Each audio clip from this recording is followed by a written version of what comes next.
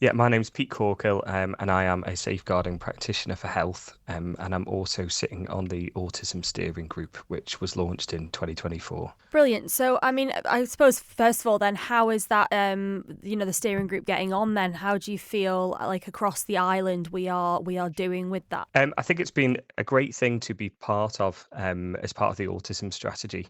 I don't think I was in it from the very start, but having launched some work we've been doing at the hospital around inclusion and better access to healthcare, one of the members invited me to be part of it.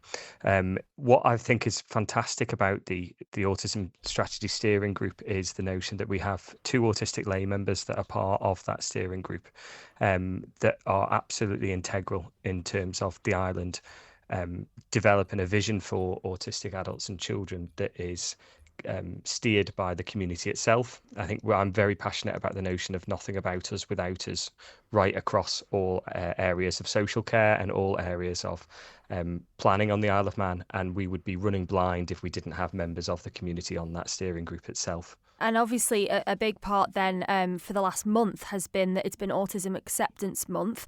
How do you feel the month went? How do you think we got on? And what sorts of things were on offer that will kind of carry on beyond the month as well? Yeah, and I think you've hit the nail on the head there where you've said things that are going to be carrying on beyond the month of April. And whilst it's brilliant that we have this focus throughout April when it's Autism Acceptance Month, the work doesn't stop at the end of April.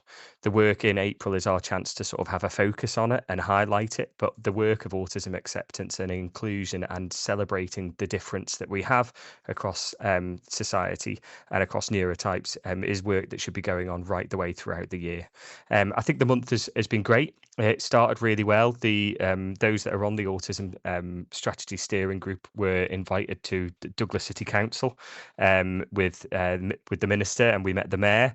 Then following on from that, we've had the launch of the Quiet Hours initiative to get more businesses involved across the island, and people can still support that as well. Any businesses that you have across the island that are interested in having quiet hours to make it a more accessible space for neurodivergent children and adults are able to sign up to that on the government website. Um, and what that does is quiet hours very much makes a massive difference for autistic people, those with ADHD, but also those with dementia, maybe anybody with anxiety or learning disabilities, but just anybody at all that prefers a quieter environment that while shopping that might find it otherwise an overwhelming and an inaccessible space. So the Department of Health and Social Care is really encouraging businesses to take part in that and consider adopting quiet hours as part of like their longer term practice. And by making those really small adjustments, all of a sudden a place that might have seemed overwhelming, anxiety inducing, and inaccessible is somewhere that people can go freely, where they feel safe, where they feel welcomed. Because more than anything, by having those quiet hours, I think what those businesses are doing is saying, look, we really want you to be able to come and use this space, and we're willing to make a small adjustment needed. And that's often what all that is needed in order for autistic people to be included and welcomed into various services or various shops, is just for small, reasonable adjustments to be put in place to make it feasible for them.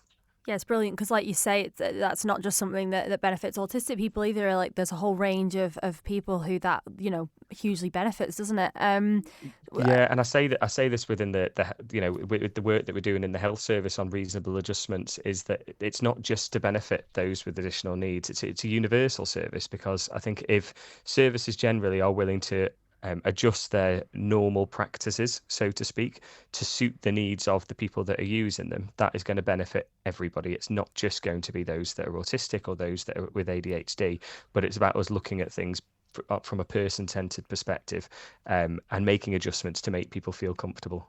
Yeah, and you mentioned there earlier as well, like nothing about us without us. And I mean, what other sort of little things can people do out in the community to support the autistic community that maybe they themselves have raised and that we could all be a bit more aware of? Well, I think a really good example would be the Sunflower Lanyard Scheme, which is the hidden disability scheme, which has recently been the Isle of Man government has become officially a member of. Hmm. And what Sunflower Lanyards are a really simple yet effective measure for people to let other people know in a subtle way that they might need more time, they might need more understanding, and they might need an alteration of usual practices in order for them to be understood, seen, included, and celebrated within society and within services. So those sunflower lanyards are now available across various sites on the Isle of Man. I've just bought quite a large batch, which I'm, just to let everybody know, we'll be leaving at the reception area within the hospital that people can pick some up from as well. But those reasonable adjustments, for example, the airport have been a fantastic adopter of this. And whenever we've gone away with the Special Olympics, for example, anybody wearing a sunflower lanyard doesn't have to wait in the busy queue. They're taken to one side, they're taken straight through, and all of a sudden, those that would not have been able to travel previously because of how overwhelming that they found that environment have been able to travel. That's brilliant, isn't it? Yeah, and on that note, Ronaldsway Airport were very much part of the sort of Autism Acceptance Month, and they held their first Getting Ready for Flight event, where they kind of opened up the airport for autistic young people or autistic adults to come in and see what happens when you're then going away on an aeroplane, and kind of desensitizing people, helping them prep it, helping them sort of visualize what is going to be happening for them as they approach going on a trip. That's brilliant. That's such a brilliant thing that we all might not always think of if it's not impacting us or someone we know directly. But that's like such a fantastic initiative, isn't it? And so you, like you say, these are the sorts of things then that will be in place year round, that we'll get to kind of, this month was a good highlight on all of this. But these are things that don't just go away then. No, absolutely not. There should be things that should be happening all year round. We might launch stuff in April. We might make people more aware of it in April throughout Autism Acceptance Month. But the work does not stop here. It's something that it needs to be a continual effort from everybody to try and make things better. But also for us to continue to listen to the autistic community and to the neurodivergent community about what they need, rather than us saying, we're going to do this because we think it'll improve things for you. Last year, Manx Care, we had a public consultation around access to healthcare, and the work that we're now doing within the Manx Care and around the hospital site is trying to implement some of that work. We had a meeting yesterday about we're hoping to develop video tours of the hospital to, again, similar way the Ronaldsway Airport prepping people to go away on a flight. These videos are going to hopefully prepare people for coming into hospital, so they know when they come in, this is exactly how I would get to day procedures, this is exactly how I would get to ward 2, this is exactly how I would get to maternity.